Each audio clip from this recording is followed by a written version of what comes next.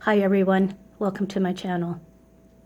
Today I'm going to show you a video about some of the things I've collected recently to do something like this. I've never really done paper piecing before, and this is something that I did to see if I would like doing it. It's not finished, the papers are in it, but I had never really done paper piecing before. I've made quilts where I've cut blocks and done strips and stuff like that, but I've never done something like this, and I thought it might be interesting to learn how to do it. So I thought, well, why not video the process that I'm learning, and maybe it'll help somebody else out there.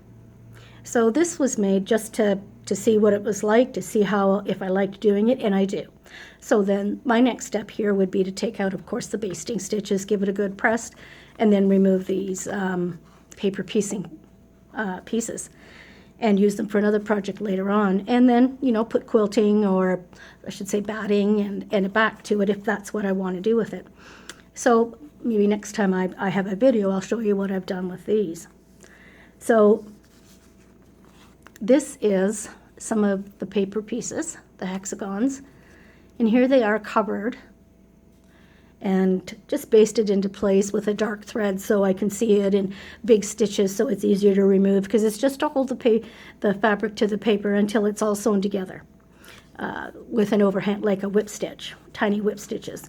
So here are some of the fabrics that I have in mind. So what I really intend to do with these fabrics is make something similar to this, and then have a final round of I'm going to say a neutral of some kind, and make either 8 or 12-inch squares that I can use to make a quilt top. So that's my goal for these ones that I am covering. And I found some interesting stuff online that would help make this job a little bit easier.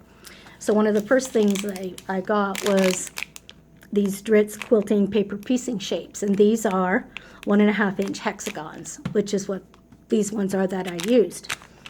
So I'm just going to cut this open so I can show you what they look like when they're not covered with fabric. There's 100 in this package.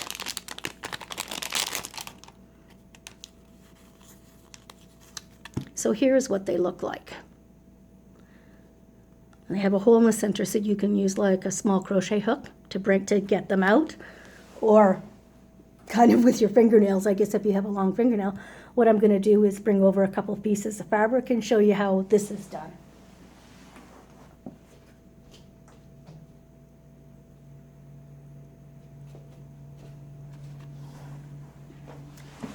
So what I've got here is some green and some bluey green.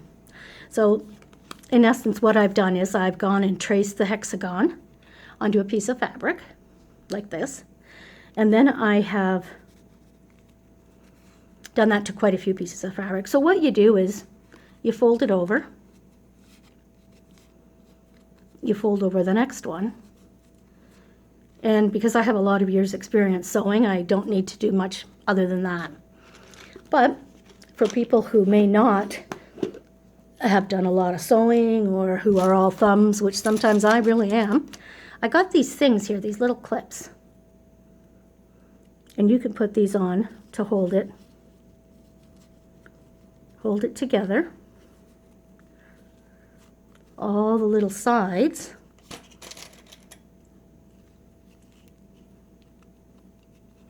Until you're all done all the way around, and then you could baste it the way I've done in these.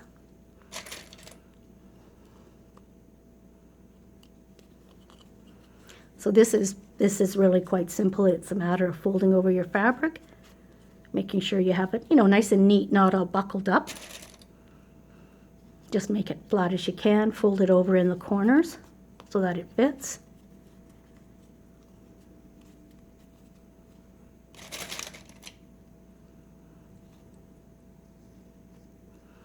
And here's the last one. And there we go. So now this is neatly covered. I'll show you the other side. Now this looks just like all these ones that I've done. And so you can start anywhere in here and just take a couple stitches per each side and make sure you go up or down in the corner, because there is like 4 layers of fabric there where you folded it down and covered it over. So you want to make sure that that stays down, or else you'll have little wings tying, you know, kind of like ears out the edge of your hexagon. So that's one way of doing it. And what I saw somebody do was they used a glue. Yeah, so I never really glued fabric before, but why not give it a try? So I thought this might be a good thing to show you. It says, quick, convenient, effective way to hold fabrics for sewing, easier than pins. And I have to say that, even though I am a very much pin girl, sometimes there are fabrics that just don't work with pins. You know, if you've got any kind of vinyl or plastic that you're sewing for any reason, yeah, pins aren't good because they leave holes, and those holes don't get covered up. I think that all I have to do, and let me look at the back. Easy to use. Glue stick, lightly press glue, blah, blah, blah, blah, replace. Okay, let's go. So what I've done is I brought this one over. I'm gonna do that. And we're gonna see how to do this. I haven't done this before, so bear with me if there's a problem. So this is kind of just like a lipstick idea. I'm just going to do this.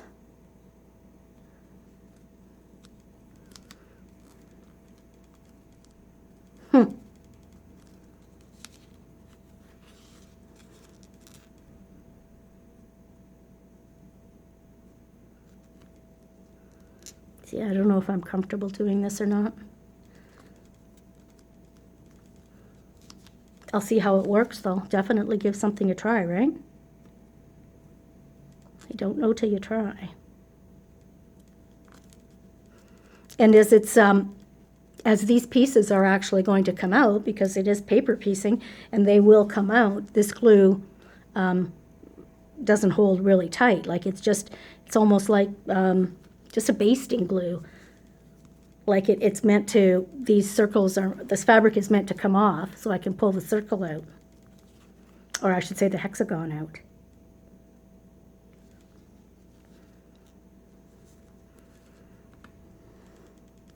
So what I'm probably going to do with this is leave this one till the next time I record, and see if this is still like that. You see, I kind of wondered about that.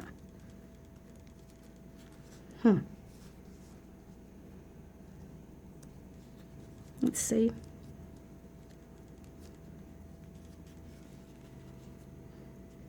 It looks the same.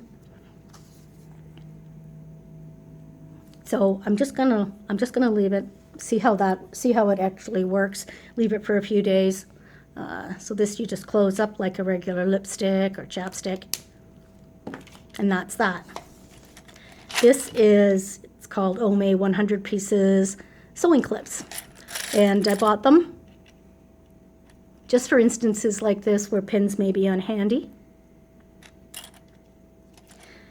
I also have a book I bought on English paper piecing. I bought it online, and it's by Sharon Burgess. And so this is an example of some of the things you could make, paper piecing.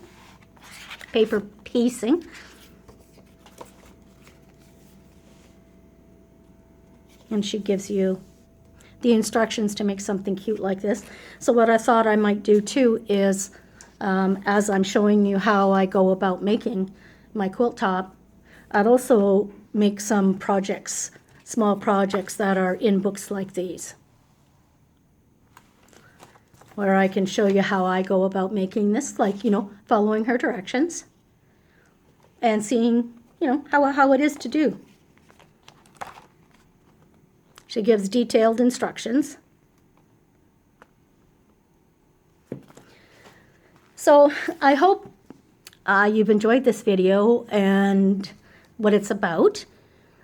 I will be doing knitting and crocheting, macrame, stuff like that, embroidery. Just doing things that I like doing or want to learn how to do, and going through the process myself. Thank you for being here. I hope you've enjoyed this. Take care, have a great day, and I'll see you in my next video. Bye-bye.